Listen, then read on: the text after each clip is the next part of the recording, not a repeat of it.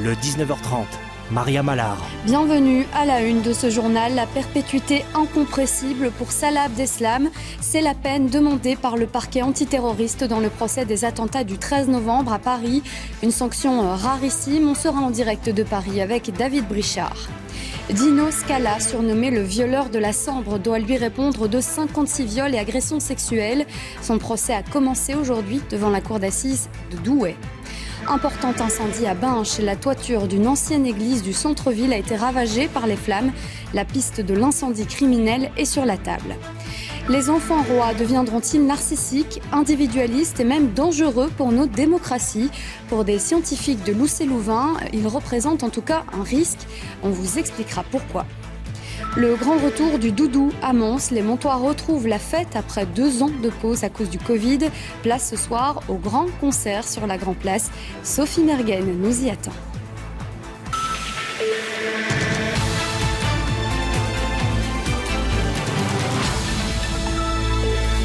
Madame, Monsieur, bonsoir. Le procès des attentats de Paris touche à sa fin.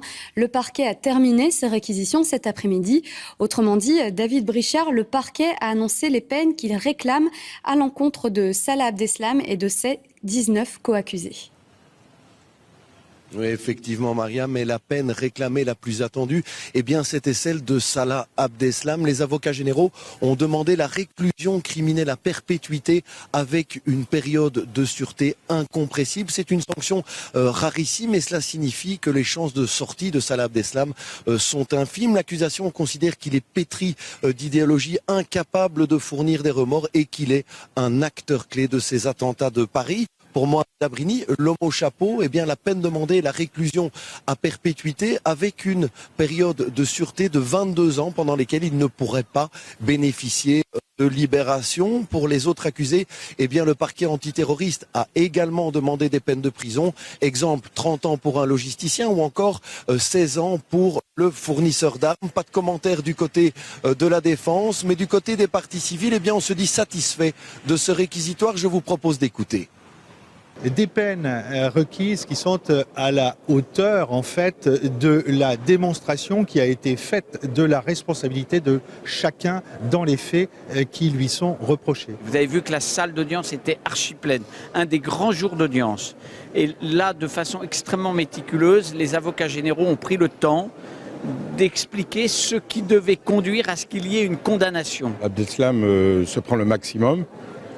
C'est-à-dire perpétuité avec une peine incompressible. C'est comme la peine de mort pour un vivant en fait. Incompressible, c'est-à-dire qu'il ne sortira jamais, jamais, jamais de prison, si la Cour le décide. Cette étape importante n'est bien sûr pas la fin du procès. Dès lundi, la défense débutera ses plaidoiries pendant une dizaine de jours. Le verdict arrivera quant à lui le 29 juin. Alors est-ce que les juges vont suivre les demandes des avocats généraux ? Eh bien, il faudra un petit peu attendre pour le savoir. Merci David Brichard en direct de Paris. Autre procès de grande ampleur, celui du violeur de la Sambre. Un homme est poursuivi pour viol et agression sexuelle sur 56 victimes. Le procès s'est ouvert aujourd'hui dans le nord de la France. Parmi les victimes, 8 Belges. Les faits remontent entre 1988 et 2018 et les victimes comptent sur ce procès pour commencer à se reconstruire. Martin Collier et Malika Attar. La cour d'assises de Douai sous l'œil des caméras pour capter l'ouverture du procès de Dino Scala, surnommé le violeur de la Sambre. L'homme doit répondre ici de 56 viols et agressions sexuelles. Mais aujourd'hui, ce qu'on en retiendra, ce n'est pas un chiffre, mais des visages, dont celui de Mélanie. Elle avait 14 ans au moment des faits. Je voulais le voir pour sa première fois. Pour la première fois, il va rentrer, qu'il va se retrouver face à nous et voir son premier regard. J'espère que c'est lui qui baissera les yeux et pas moi.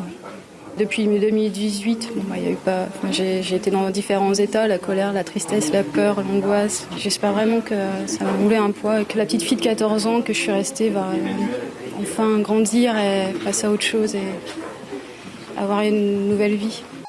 Parmi ces victimes, 8 jeunes femmes belges, toutes originaires d'Erqueline. C'est d'ailleurs là qu'aura lieu la dernière agression, le 5 février 2018. Ce jour-là, les caméras de la ville enregistrent la plaque d'immatriculation d'un véhicule suspect. L'homme le plus recherché de France est identifié. Il agissait bel et bien en Belgique. Pour lui, c'était beaucoup plus facile parce qu'il sentait bien, malgré tout, que les recherches commençaient à s'intensifier du côté de l'Ouvral, par exemple, etc. Et donc, il a étendu un peu son terrain de chasse. Je dis terrain de chasse volontairement, puisqu'il se décrit lui-même comme un chasseur. Aujourd'hui, nous devrons nous contenter de dessins d'audience. Dino Scala refuse d'être filmé, mais il n'a pas changé. Il a juste les traits un peu tirés quand il écoute l'acte d'accusation qui détaille 30 ans de parcours criminel, 30 ans d'impunité aussi. Il est clair que pour quelqu'un qui n'a pas d'antécédent judiciaire, qui n'était pas fiché du milieu criminel, dans le milieu criminel, notamment par rapport à des faits de mœurs, il a plus facile de passer entre les mailles du filet aussi. Et puis c'est quelqu'un qui était assez discret, un peu manipulateur comme ça aussi, en se faisant passer comme monsieur tout le monde. L'homme veillait aussi à se déplacer sans cesse. Il agissait dans différents villages, tous situés le long de la Sambre. Avant que le jour se lève, il attaquait toujours ses victimes dans le dos. Un mode opératoire digne d'un prédateur, même si l'expertise psychiatrique ne décèle chez lui aucun trouble précis. Ce qu'il faut surtout rappeler, c'est qu'il avait la pleine conscience de ses actes. Donc, moi, à titre personnel, ma plaidoirie, c'est essentiellement axé sur le fait qu'on ne peut pas considérer qu'il puisse à tout moment, à quelque moment que ce soit, être victime, qu'il ne faut pas se tromper du côté de la barre. Dino Scala a répondu aux questions du président cet après-midi. Il a décrit son milieu familial et son père, qu'il a qualifié d'infidèle et d'incestueux. Son avocate, elle, a demandé la prescription pour 26 des faits reprochés à son client. Le ministère public comme les parties civiles s'y sont opposés. Ce sera à la cour de trancher. Le verdict dans ce procès est attendu le 1er juillet prochain. Cet incendie à présent en plein centre-ville de Binche. Le feu a pris dans une ancienne église. Elle a été en partie détruite par les flammes. Heureusement, il n'y a pas eu de victimes et la piste de l'incendie criminel est sur la table. Rachel Crivellaro. Ce sont les Binchois eux-mêmes qui ont sonné l'alarme. Avec ces images postées sur les réseaux sociaux, on y distingue l'église des Récollets en flammes. En pleine pause déjeuner, ce départ d'incendie en accueillit plus d'un. J'ai tout de suite vu une photo avec la fumée. J'ai reconnu évidemment la poste et l'église des Récollets. Donc je suis venu directement. La Grand Place n'est pas très loin de l'église et donc on a vu l'ampleur des dégâts. Il n'a pas fallu longtemps pour que le feu se propage à la toiture de l'église, provoquant cette chute spectaculaire du clocher. Dépêchés sur place, les pompiers s'efforcent désormais de sauver ce fragile édifice appartenant au patrimoine binchois. C'est une partie du toit de l'église qui s'est effondrée. L'intérieur est en pierre, donc il reste encore toute la structure. Par contre, toute la toiture en bois s'est effondrée dans la Grand Rue. On va faire descendre un laser de stabilité pour voir, on va le laisser en place 2-3 heures pour voir si les bâtiments ne bougent pas. Désacralisée et désaffectée, l'église des Récollets ainsi que le bâtiment annexe avaient été condamnés par des planches en bois pour éviter les squatteurs. Pour le bourgmestre de Binche, la piste de l'incendie criminel fait peu de doute. Les pompiers mettent en évidence la présence de 3 foyers d'incendie. Et donc je peux vous affirmer que cet incendie est criminel. Et donc l'enquête est déjà ouverte et les témoignages sont en train d'être recueillis. Des premiers éléments de l'enquête, on peut déjà identifier 3 personnes qui quittent en courant le lieu. Les pompiers en auront en tout cas pour plusieurs heures pour sécuriser totalement le site. L'incendie n'a fait aucune victime et les riverains ont déjà pu rentrer chez eux. C'est le doudou. On entre dans le vif du sujet. Aujourd'hui à Mons, c'est la Ducasse. Et ce soir, place au traditionnel concert sur la Grand Place. Et on attend du monde tout ce week-end. Sophie Mergen, il faut dire que c'est le grand retour de la fête pour les Montois après 2 années sans doudou. Oui, après 2 ans d'arrêt forcé à cause de la pandémie, je peux vous dire que l'ambiance est à son comble. Il suffit de regarder la Grand Place qui se trouve juste derrière moi. Elle est désormais presque noire de monde. Et il faut dire que la symbolique est évidemment importante puisque c'est le premier événement de masse sans aucune restriction sanitaire. Quelques 35 000 personnes sont attendues ce soir pour les concerts d'ouverture sur la scène qui se trouve juste à côté de moi dès 21h. À l'affiche des artistes comme Black M, Benabar, Antoine Dely ou encore Charlie Winston. On peut vraiment dire que même si le doudou a commencé il y a déjà 2 jours, c'est aujourd'hui qu'on entre véritablement dans le gros des festivités, dans le vif du sujet, comme on pourrait dire. L'ambiance est véritablement montée crescendo tout au long de la journée. Je vous propose de le découvrir dans le reportage réalisé tout à l'heure. Dernière répétition sur scène pour Benabar et ses musiciens. Il n'est que 16h, mais déjà, la grande place se remplit à vue d'œil. Les Montois savourent ces retrouvailles avec leur tradition et leur folklore. C'est vraiment une ambiance vraiment particulière qu'on retrouve nulle part ailleurs. Et ça m'avait vraiment manqué, que ce soit pour moi ou même mes parents qui sont plus âgés. C'est quelque chose qui manquait à tout le monde. Un événement qui mélange toutes les couches de la société et toutes les générations qui attendent beaucoup de ce week-end particulier. De l'amusement et aussi beaucoup de rire. Une fête et beaucoup de personnes qu'on aime. Et voilà. Ça fait plaisir qu'il y ait comme ça des initiatives pour unir les gens, des gens qui fêtent, des gens fêtent à juste titre, parce qu'ils ne veulent pas quelque chose de mauvais, ils veulent quelque chose de bien. Eh bien, la Ducasse, c'est du bien. Bien, bravo, encore de nombreuses années. Après 2 ans de patience, l'émotion est palpable et pour l'apprécier, pas spécialement besoin d'être montois. I'm from Tasmania in Australia and they're first do, so it's a good experience. Does it exist events like this in Australia? No, nothing like this. No, it's a bit crazy. Des festivités qui se poursuivront tout le week-end avec l'apothéose dimanche, le combat de Saint-Georges contre le dragon. Et puis justement, vous pouvez suivre ce concert sur la une des 20h20 ce soir en direct donc de la Grand Place de Mons. Et puis rendez-vous dimanche à 12h50, édition spéciale du JT pour suivre le combat d'Illusion en direct. TéléMB, la télévision de Mons-Borinage, elle retransmettra aussi les festivités dès ce samedi avec la descente de la chasse à Sainte-Waudru. À suivre dans ce journal, la commission d'enquête sur l'assaut du Capitole aux États-Unis a commencé à rendre ses conclusions. L'ancien président Donald Trump est clairement mis en cause. On en parlera avec notre correspondante à Washington, Pauline Simonet. Le congé parental reste toujours compliqué à prendre pour de nombreux papas. Ce congé permet d'arrêter temporairement de travailler pour s'occuper de son enfant, mais ce n'est pas si simple, on verra pourquoi. Pays de Galles, Belgique, c'est demain. Les Diables Rouges sont à Cardiff pour leur match de Ligue des Nations. Mais y aura-t-il des jeunes sur le terrain? Les explications sur place avec Pierre Depré.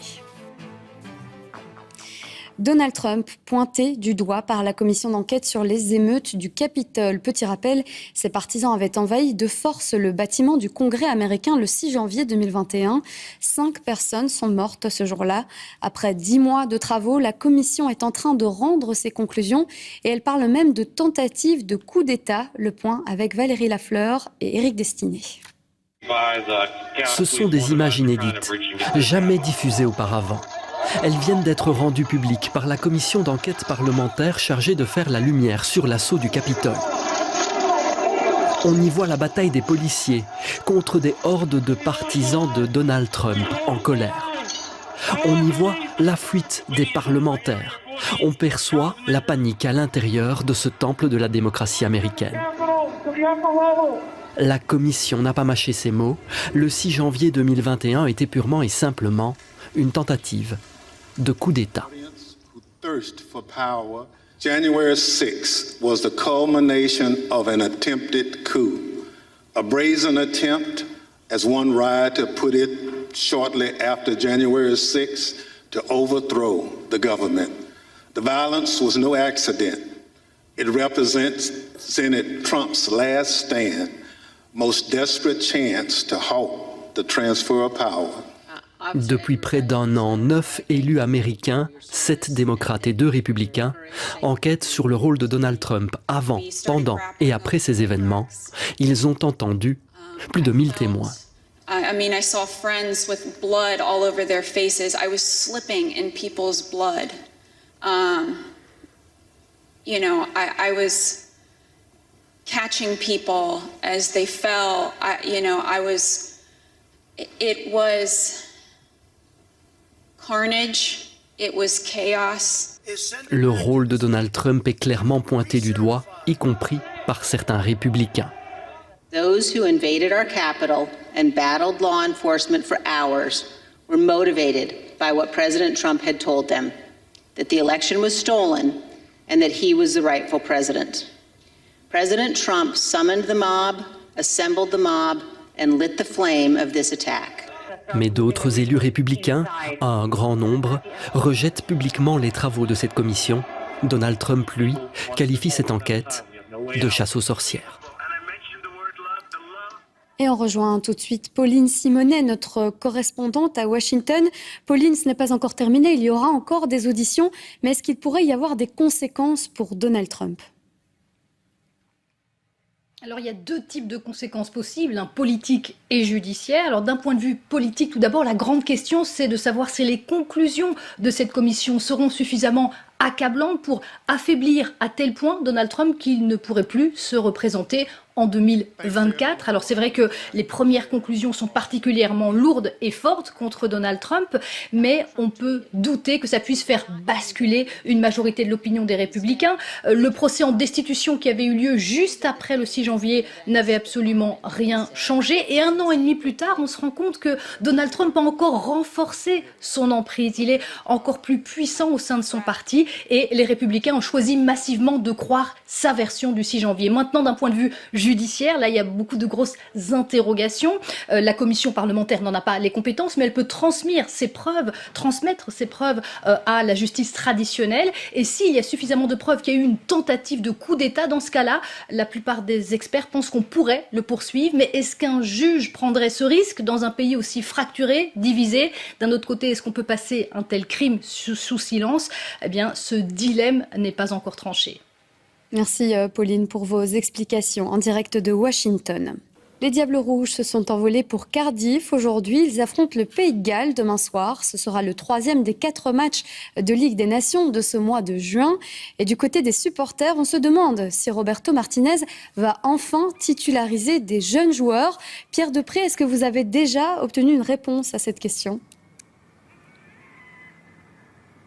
Non, Mariam, parce que nous n'avons pas encore eu la possibilité d'interviewer Roberto Martinez. Mais la question des jeunes, elle se pose depuis quelque temps. En fait, depuis que les résultats de notre équipe nationale sont moins bons, c'est-à-dire en gros depuis l'Euro 2021, depuis aussi qu'on a souligné que les lacunes dans le jeu des Diables sont en grosse partie dues au vieillissement de certains cadres, eh bien l'opinion publique et les médias, c'est vrai, poussent beaucoup à ce que Roberto Martinez lance et teste des jeunes, mais l'opinion publique et les médias continue aussi à exiger que l'équipe belge continue à gagner, même des rencontres de Ligue des Nations comme celle-ci, parfois apparentées d'ailleurs à des matchs amicaux. Je voudrais bien, mais je peux point. Ça semble un peu être la position, l'état d'esprit de Roberto Martinez par rapport aux jeunes. Ce qui est sûr, c'est que lors des 2 premiers matchs, face aux Pays-Bas et face à la Pologne, il a aligné des équipes composées essentiellement de cadres habituels, des équipes sans surprise, sans test. Va-t-il procéder différemment demain ? Mystère, on ne peut pas lire dans les pensées de Roberto Martinez. Ce qui est sûr en tout cas, c'est que plusieurs titulaires habituels, plusieurs cadres ont dans les jambes une saison très très longue et que donc au niveau de leur santé physique, il ne pourra pas leur demander de disputer les 4 rencontres. Demain, on s'attend à 4-5 changements dans l'équipe peut-être. Sera-ce au profit des jeunes ? Affaire à suivre. Merci Pierre pour vos éclaircissements donc en direct de Cardiff. C'est la fin de ce journal. Merci de nous avoir suivis et tout de suite vous retrouvez Daniela Prepeliuk pour la météo. Place ensuite au concert donc du Doudou en direct et moi je vous dis à demain 13h.